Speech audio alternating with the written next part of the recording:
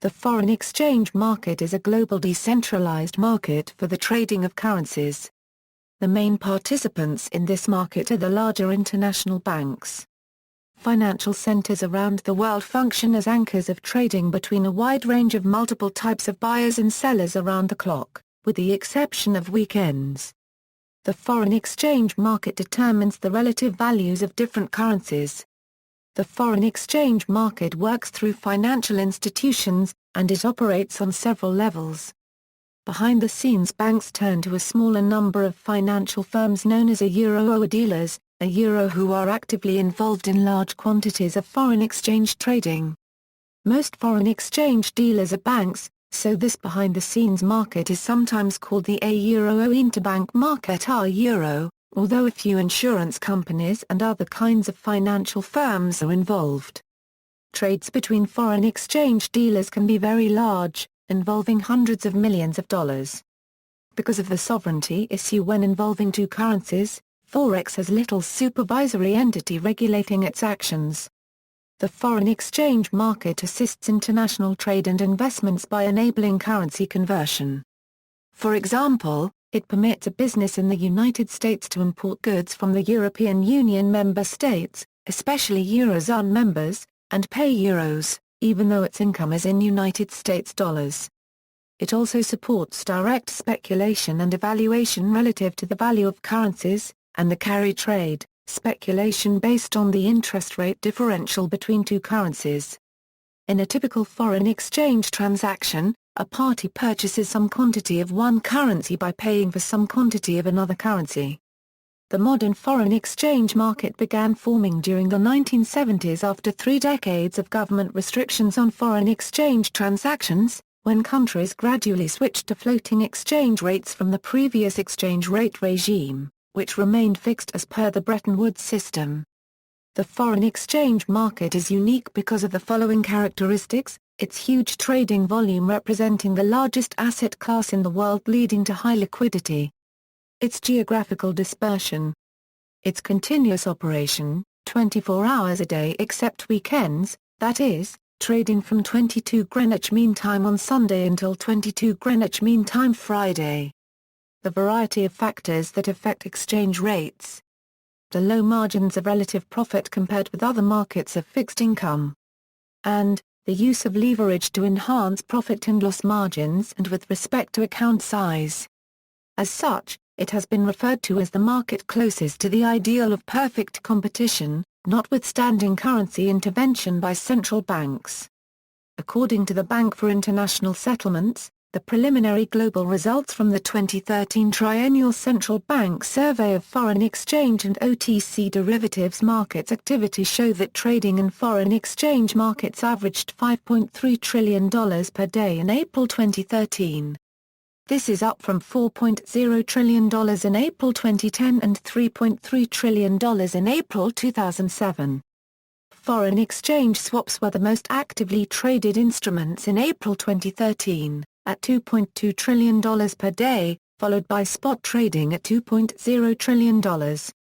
According to the Bank for International Settlements, as of April 2010, average daily turnover in global foreign exchange markets is estimated at $3.98 trillion, a growth of approximately 20% over the $3.21 trillion daily volume as of April 2007. Some firms specializing on foreign exchange market had put the average daily turnover in excess of $4 trillion. The $3.98 trillion breakdown is as follows: $1.490 trillion in spot transactions, $475 billion in outright forwards, $1.765 trillion in foreign exchange swaps, $43 billion currency swaps, $207 billion in options and other products. History. Ancient currency trading and exchange first occurred in ancient times. Money changing people helping others to change money and also taking a commission or charging a fee were living in the times of the Talmudic writings.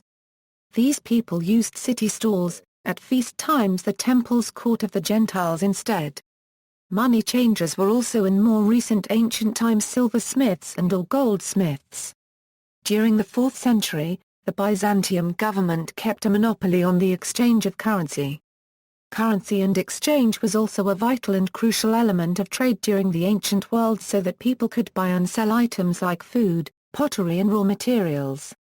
If a Greek coin held more gold than an Egyptian coin due to its size or content, then a merchant could barter fewer Greek gold coins for more Egyptian ones, or for more material goods. This is why, at some point in their history, most world currencies in circulation today had a value fixed to a specific quantity of a recognized standard like silver and gold. Medieval and later, during the 15th century, the Medici family were required to open banks at foreign locations in order to exchange currencies to act on behalf of textile merchants. To facilitate trade, the bank created the Nostro account book, which contained two-columned entries showing amounts of foreign and local currencies, information pertaining to the keeping of an account with a foreign bank. During the 17th century, Amsterdam maintained an active Forex market. During 1704, foreign exchange took place between agents acting in the interests of the nations of England and Holland. Early modern, Alex. Brown and Sons traded foreign currencies exchange sometime about 1850 and was a leading participant in this within USA. During 1880, J.M. do Espirito Santo da Silva applied for and was given permission to begin to engage in a foreign exchange trading business. The year 1880 is considered by at least one source to be the beginning of modern foreign exchange, significant for the fact of the beginning of the gold standard during the year. Prior to the First World War, there was a much more limited control of international trade. Motivated by the outset of war, countries abandoned the gold standard monetary system. Modern to postmodern, from 1899 to 1913, holdings of countries' foreign exchange increased at an annual rate of 10.8%, while holdings of gold increased at an annual rate of 6.3% between 1903 and 1913. At the time of the closing of the year 1913, nearly half of the world's foreign exchange was conducted using the pound sterling. The number of foreign banks operating within the boundaries of London increased in the years from 1860 to 1913 from 3 to 71. In 1902 there were altogether 2 London foreign exchange brokers. In the earliest years of the 20th century, trade was most active in Paris, New York and Berlin, while Britain remained largely uninvolved in trade until 1914. Between 1919 and 1922 the employment of foreign exchange brokers within London increased to 17, in 1924 there were 40 firms operating for the purposes of exchange. During the 1920s the occurrence of trade in London resembled more the modern manifestation. By 1928 Forex trade was integral to the financial functioning of the city. Continental exchange controls, plus other factors, in Europe and Latin America, hampered any attempt at wholesale prosperity from trade for those of 1930s London. During the 1920s, the Clanward family were known to be the leaders of the foreign exchange market. While Jaffith, Montague and Company, and Slickman still warrant recognition as significant FX traders. After WWII, the Bretton Woods Accord was signed allowing currencies to fluctuate within a range of 1% of the currency's par. In Japan the law was changed during 1954 by the Foreign Exchange Bank Law, so, the Bank of Tokyo was to become, because of this, the center of foreign exchange by September of that year. Between 1954 and 1959 Japanese law was made to allow the inclusion of many more Occidental currencies in Japanese Forex.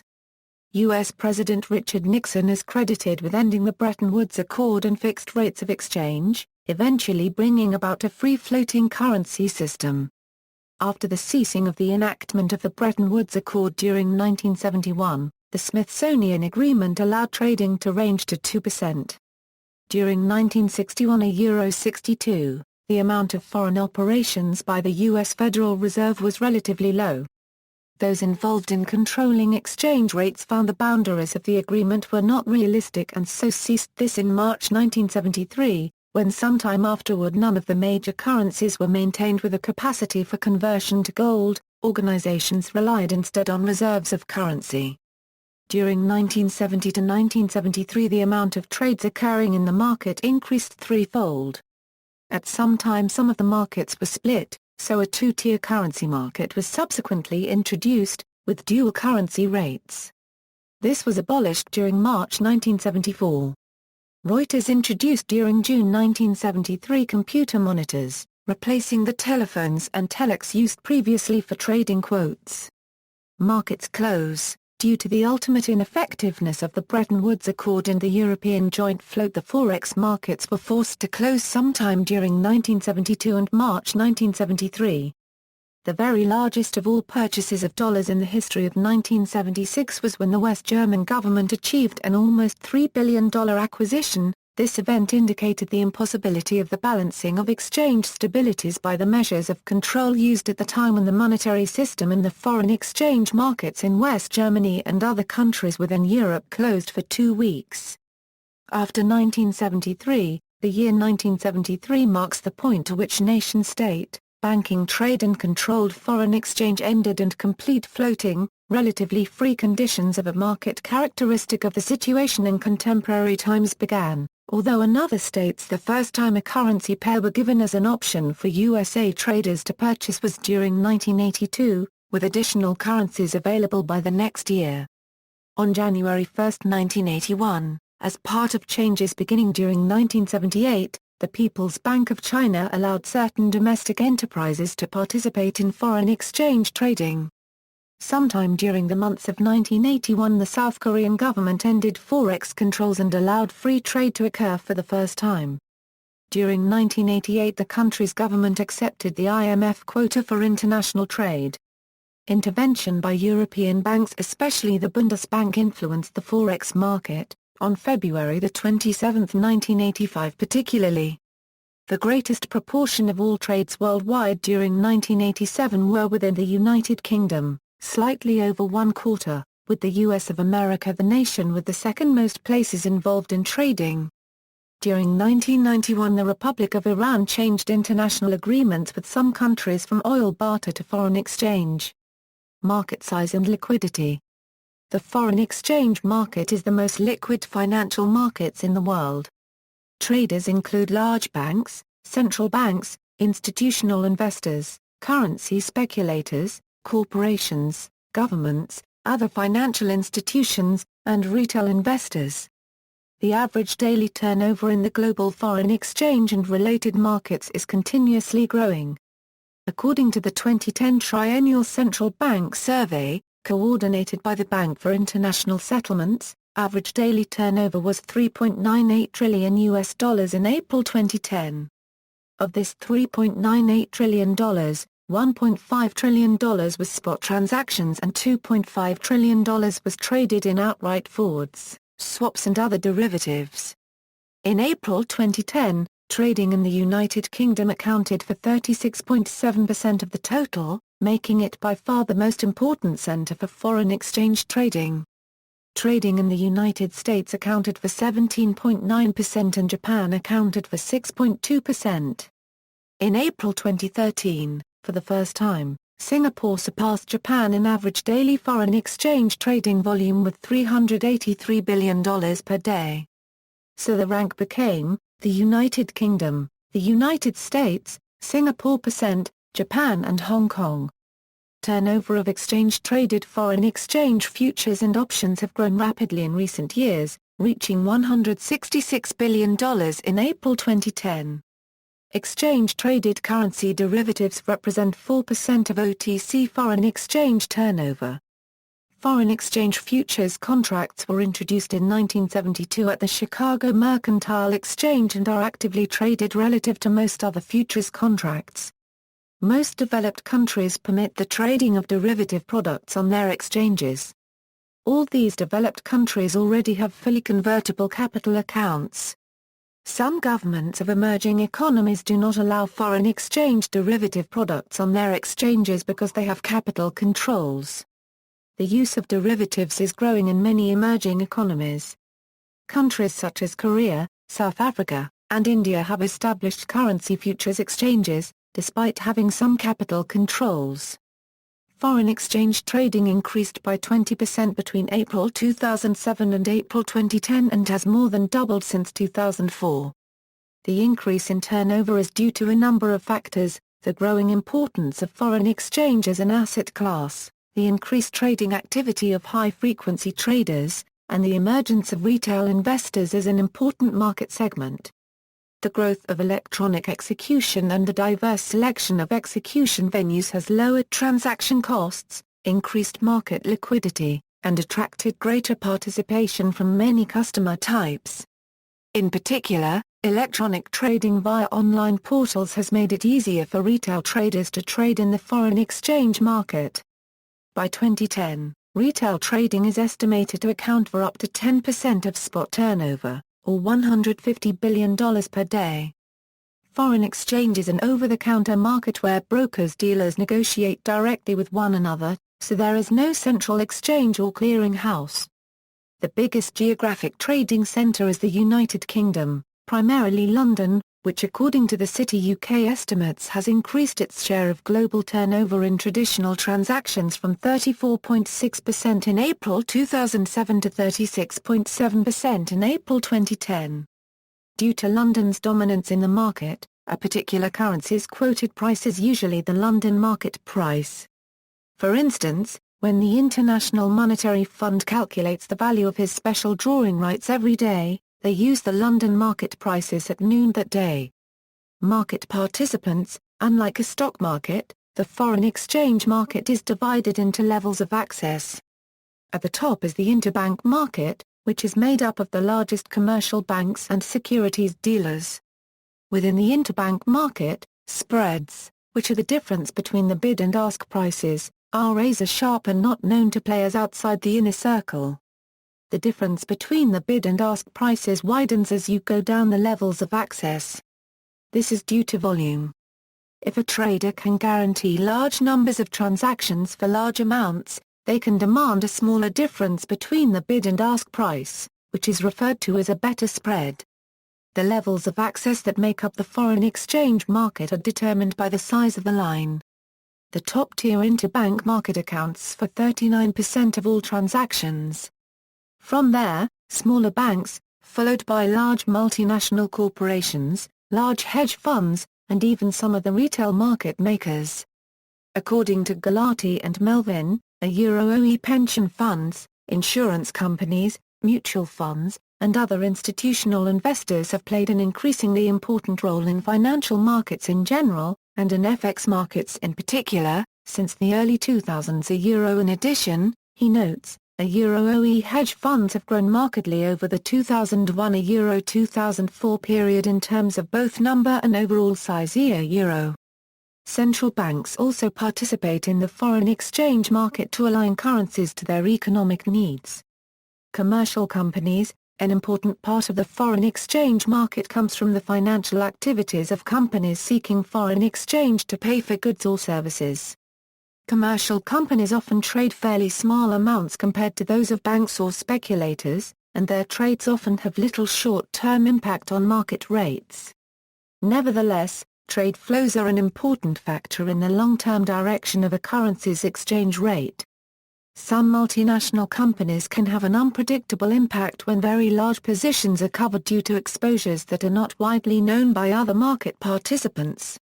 Central banks: national central banks play an important role in the foreign exchange markets. They try to control the money supply, inflation, and/or interest rates, and often have official or unofficial target rates for their currencies. They can use their often substantial foreign exchange reserves to stabilize the market. Nevertheless, the effectiveness of central bank stabilizing speculation is doubtful because central banks do not go bankrupt if they make large losses, like other traders would, and there is no convincing evidence that they do make a profit trading.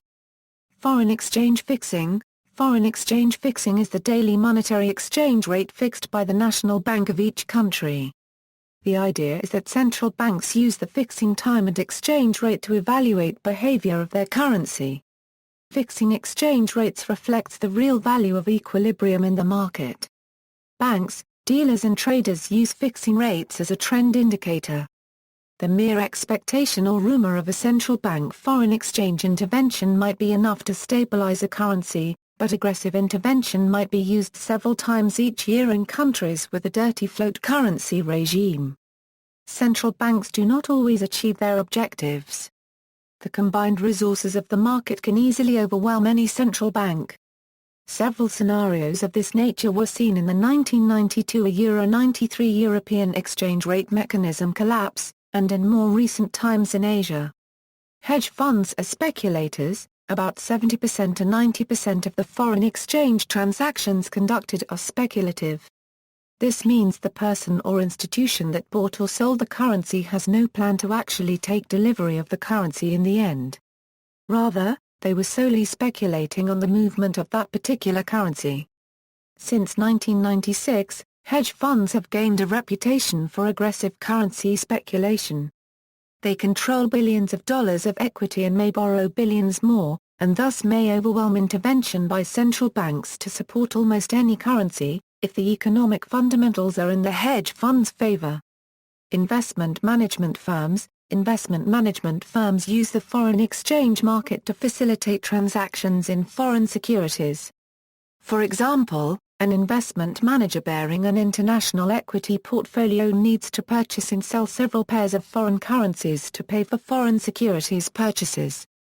Some investment management firms also have more speculative specialist currency overlay operations, which manage clients' currency exposures with the aim of generating profits as well as limiting risk. While the number of this type of specialist firms is quite small, many have a large value of assets under management and, hence, can generate large trades. Retail foreign exchange traders, individual retail speculative traders constitute a growing segment of this market with the advent of retail foreign exchange platforms, both in size and importance. Currently, they participate indirectly through brokers or banks.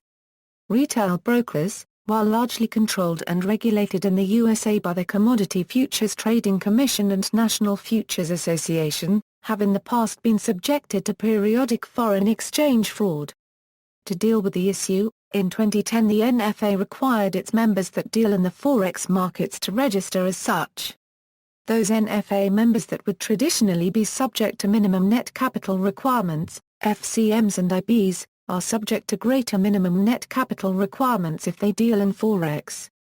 A number of the foreign exchange brokers operate from the UK under Financial Services Authority regulations where foreign exchange trading using margin is part of the wider over-the-counter derivatives trading industry that includes contract for differences and financial spread betting.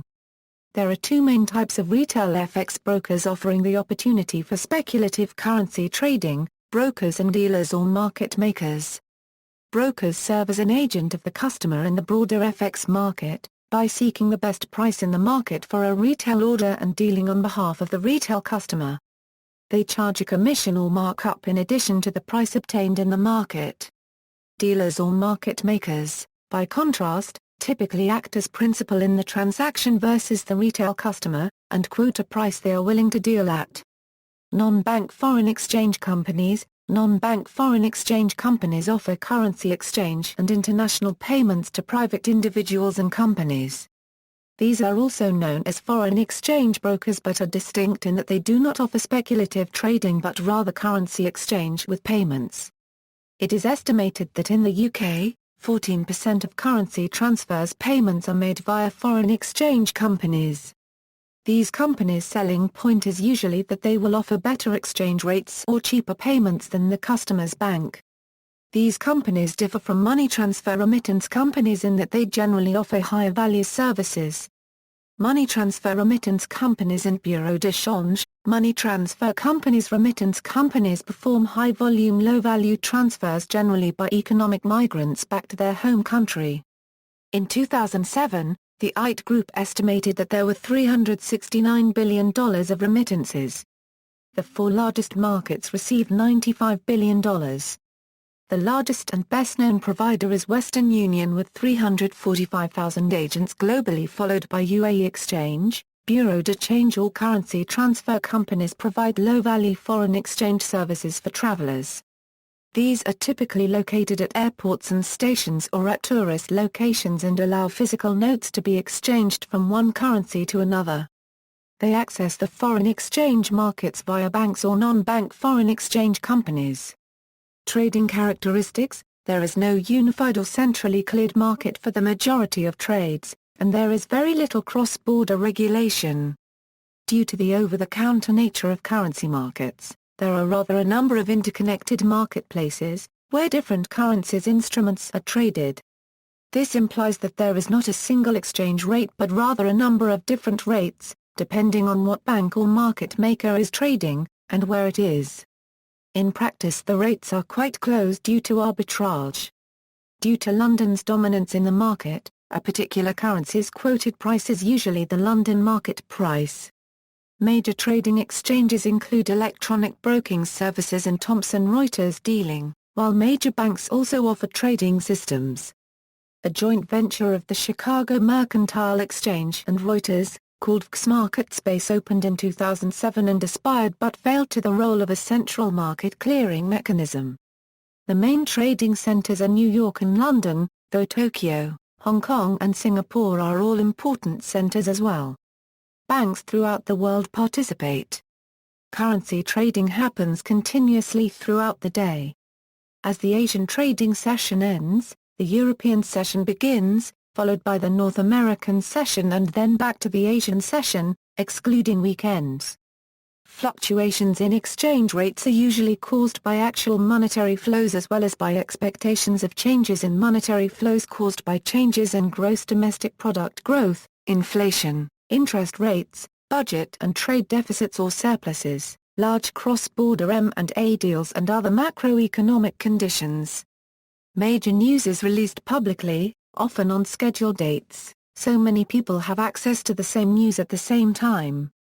However, the large banks have an important advantage. They can see their customers' order flow. Currencies are traded against one another in pairs. Each currency pair thus constitutes an individual trading product and is traditionally noted XXXYYY or XXXYYY, where XXX and YYY are the ISO 4217 international three-letter code of the currencies involved. The first currency is the base currency that is quoted relative to the second currency, called the counter-currency. For instance, the quotation EUR/USD 1.5465 is the price of the euro expressed in US dollars, meaning €1 equals $1.5465. The market convention is to quote most exchange rates against the USD with the US dollar as the base currency. The exceptions are the British pound, Australian dollar, the New Zealand dollar and the euro where the USD is the counter-currency. The factors affecting XXX will affect both XXXYYY and XXXZZZ. This causes positive currency correlation between XXXYYY and XXXZZZ. On the spot market, according to the 2013 Triennial Survey, the most heavily traded bilateral currency pairs were EUR/USD 24.1%, USD/JPY 18.3%, GBP/USD 8.8%, and the US currency was involved in 87.0% of transactions, followed by the euro, the yen, and sterling. Volume percentages for all individual currencies should add up to 200%, as each transaction involves two currencies. Trading in the euro has grown considerably since the currency's creation in January 1999, and how long the foreign exchange market will remain dollar-centered is open to debate. Until recently, trading the euro versus a non-European currency ZZZ would have usually involved two trades, EUR/USD and USD/ZZZ. The exception to this is EUR/JPY, which is an established traded currency pair in the interbank spot market. As the dollar's value has eroded during 2008, interest in using the euro as reference currency for prices in commodities, as well as a larger component of foreign reserves by banks, has increased dramatically. Transactions in the currencies of commodity-producing countries, such as AUD, NZD, CAD, have also increased. Determinants of exchange rates. The following theories explain the fluctuations in exchange rates in a floating exchange rate regime: international parity conditions, relative purchasing power parity, interest rate parity, domestic Fisher effect, international Fisher effect. Though to some extent the above theories provide logical explanation for the fluctuations in exchange rates, yet these theories falter as they are based on challengeable assumptions, for example, free flow of goods, services and capital, which seldom hold true in the real world. Balance of payments model. This model, however, focuses largely on tradable goods and services, ignoring the increasing role of global capital flows. It failed to provide any explanation for continuous appreciation of dollar during the 1980s and most part of the 1990s in face of soaring U.S. current account deficit. Asset market model views currencies as an important asset class for constructing investment portfolios. Assets prices are influenced mostly by people's willingness to hold the existing quantities of assets, which in turn depends on their expectations on the future worth of these assets. The asset market model of exchange rate determination states that a euro-OEV exchange rate between two currencies represents the price that disbalances the relative supplies of, and demand for, assets denominated in those currencies a euro. None of the models developed so far succeed to explain exchange rates and volatility in the longer time frames. For shorter time frames, algorithms can be devised to predict prices. It is understood from the above models that many macroeconomic factors affect the exchange rates, and in the end currency prices are a result of dual forces of demand and supply.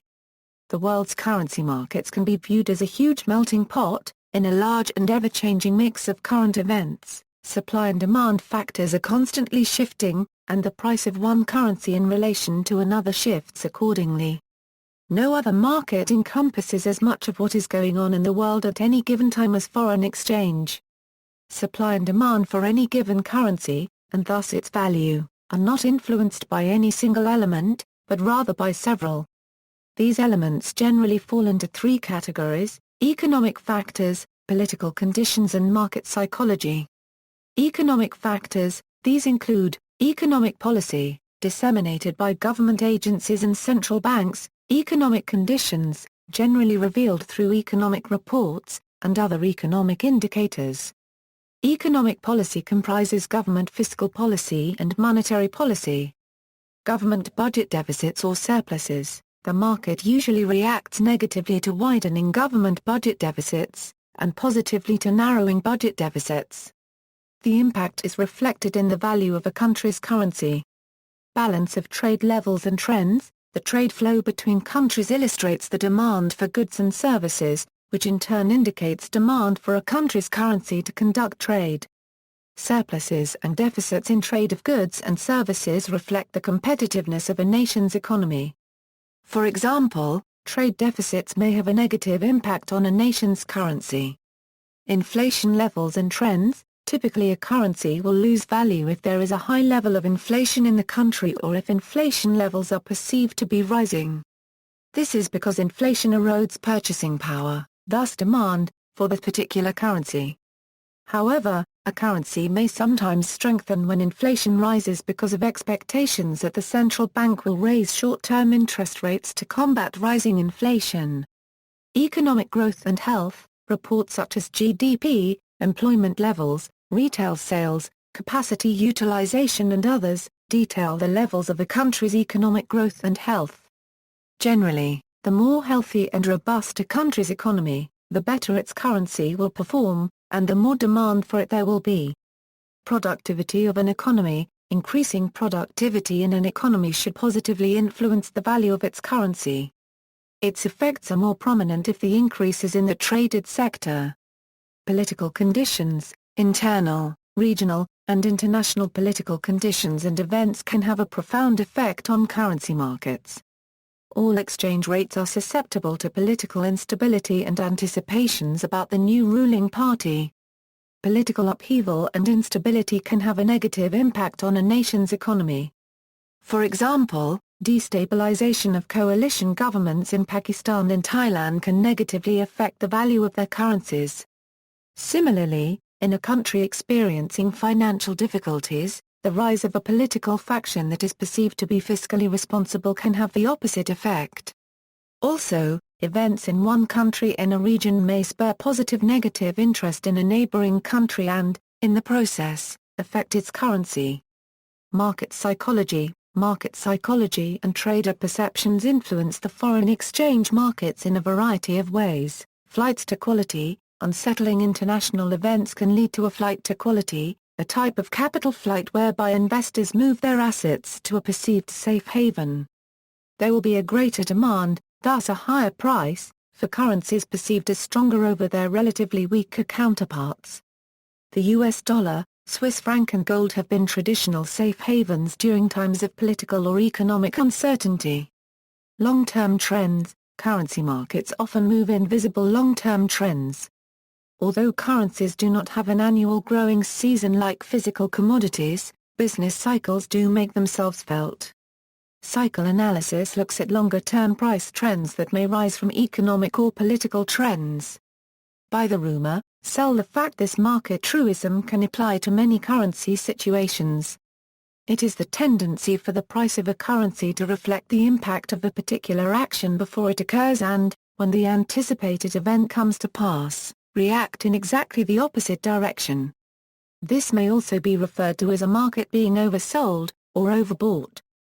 To buy the rumor or sell the fact can also be an example of the cognitive bias known as anchoring, when investors focus too much on the relevance of outside events to currency prices. Economic numbers. While economic numbers can certainly reflect economic policy, some reports and numbers take on a talisman-like effect. The number itself becomes important to market psychology and may have an immediate impact on short-term market moves. What to watch can change over time. In recent years, for example, money supply, employment, trade balance figures and inflation numbers have all taken turns in the spotlight. Technical trading considerations. As in other markets, the accumulated price movements in a currency pair such as EUR/USD can form apparent patterns that traders may attempt to use. Many traders study price charts in order to identify such patterns. Financial instruments. Spot. A spot transaction is a two-day delivery transaction, as opposed to the futures contracts, which are usually 3 months. This trade represents a euro direct exchange a euro between two currencies, has the shortest time frame, involves cash rather than a contract, and interest is not included in the agreed-upon transaction. Spot trading is one of the most common types of Forex trading. Often, a Forex broker will charge a small fee to the client to roll over the expiring transaction into a new identical transaction for a continuum of the trade. This rollover fee is known as the swap fee. Forward. One way to deal with the foreign exchange risk is to engage in a forward transaction. In this transaction, money does not actually change hands until some agreed-upon future date. A buyer and seller agree on an exchange rate for any date in the future, and the transaction occurs on that date, regardless of what the market rates are then. The duration of the trade can be 1 day, a few days, months or years. Usually the date is decided by both parties. Then the forward contract is negotiated and agreed upon by both parties. Swap. The most common type of forward transaction is the foreign exchange swap. In a swap, two parties exchange currencies for a certain length of time and agree to reverse the transaction at a later date. These are not standardized contracts and are not traded through an exchange. A deposit is often required in order to hold the position open until the transaction is completed. Future. Futures are standardized forward contracts and are usually traded on an exchange created for this purpose. The average contract length is roughly 3 months. Futures contracts are usually inclusive of any interest amounts. Currency futures contracts are contracts specifying a standard volume of a particular currency to be exchanged on a specific settlement date. Thus the currency futures contracts are similar to forward contracts in terms of their obligation, but differ from forward contracts in the way they are traded. They are commonly used by MNCs to hedge their currency positions. In addition, they are traded by speculators who hope to capitalize on their expectations of exchange rate movements. Option. A foreign exchange option is a derivative where the owner has the right but not the obligation to exchange money denominated in one currency into another currency at a pre-agreed exchange rate on a specified date. The options market is the deepest, largest and most liquid market for options of any kind in the world. Speculation. Controversy about currency speculators and their effect on currency devaluations and national economies recurs regularly. Nevertheless, economists including Milton Friedman have argued that speculators ultimately are a stabilizing influence on the market and perform the important function of providing a market for hedges and transferring risk from those people who don't wish to bear it, to those who do. Other economists such as Joseph Stiglitz consider this argument to be based more on politics and a free market philosophy than on economics. Large hedge funds and other well-capitalized position traders are the main professional speculators. According to some economists, individual traders could act as noise traders, and have a more destabilizing role than larger and better-informed actors. Also to be considered is the rise in foreign exchange auto trading. Algorithmic, or automated, trading has increased from 2% in 2004 up to 45% in 2010. Currency speculation is considered a highly suspect activity in many countries. While investment in traditional financial instruments like bonds or stocks often is considered to contribute positively to economic growth by providing capital, currency speculation does not. According to this view, it is simply gambling that often interferes with economic policy. For example, in 1992, currency speculation forced the Central Bank of Sweden to raise interest rates for a few days to 500% per annum, and later to devalue the krona. Former Malaysian Prime Minister Mahathir Mohamad is one well-known proponent of this view. He blamed the devaluation of the Malaysian ringgit in 1997 on George Soros and other speculators. Gregory Millman reports on an opposing view, comparing speculators to vigilantes, who simply help enforce international agreements and anticipate the effects of basic economic laws in order to profit. In this view, countries may develop unsustainable financial bubbles or otherwise mishandle their national economies, and foreign exchange speculators made the inevitable collapse happen sooner. A relatively quick collapse might even be preferable to continued economic mishandling, followed by an eventual, larger, collapse.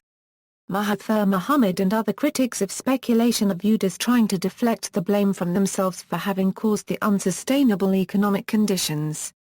Risk aversion. Risk aversion is a kind of trading behavior exhibited by the foreign exchange market when a potentially adverse event happens which may affect market conditions. This behavior is caused when risk-averse traders liquidate their positions in risky assets and shift the funds to less risky assets due to uncertainty. In the context of the foreign exchange market, traders liquidate their positions in various currencies to take up positions in safe haven currencies, such as the US dollar. Sometimes, the choice of a safe haven currency is more of a choice based on prevailing sentiments rather than one of economic statistics. An example would be the financial crisis of 2008. The value of equities across the world fell while the US dollar strengthened. This happened despite the strong focus of the crisis in the USA. Carry trade. Currency carry trade refers to the act of borrowing one currency that is a low interest rate in order to purchase another with a higher interest rate. A large difference in rates can be highly profitable for the trader, especially if high leverage is used. However, with all levered investments this is a double-edged sword, and large exchange rate fluctuations can suddenly swing trades into huge losses. Forex signals. Forex trade alerts, often referred to as Forex signals, are trade strategies provided by either experienced traders or market analysts. These signals, which are often charged a premium fee for, can then be copied or replicated by a trader to his own live account. Forex signal products are packaged as either alerts delivered to a user's inbox or SMS, or can be installed to a trader's trading platforms. Algorithmic trading, whereby foreign exchange users can program to place trades on their behalf, according to predetermined rules, has become very popular in recent years. This means that users can set their algos to trade on their behalf, thus reducing the need to sit and monitor the markets continuously, plus it can remove the element of human emotion around executing a trade. See also, references. External links, Frankel, Jeffrey. A Foreign Exchange. In David A. Henderson. Concise Encyclopedia of Economics. Indianapolis, Library of Economics and Liberty. ISBN A978-0865976658. OCLCA 237794267 A User's Guide to the Triennial Central Bank Survey of Foreign Exchange Market Activity, Bank for International Settlements, London Foreign Exchange Committee with links to committees in NY, Tokyo, Canada, Australia, HK, Singapore, United States Federal Reserve Daily Update of Exchange Rates, Bank of Canada Historical Currency Converter and Data Download, Microstructure Effects, Bid-ask Spreads and Volatility in the Spot Foreign Exchange Market Pre- and Post-EMU, OECD Exchange Rate Statistics, National Futures Association. Trading in the Retail Off-Exchange Foreign Currency Market. Chicago, Illinois.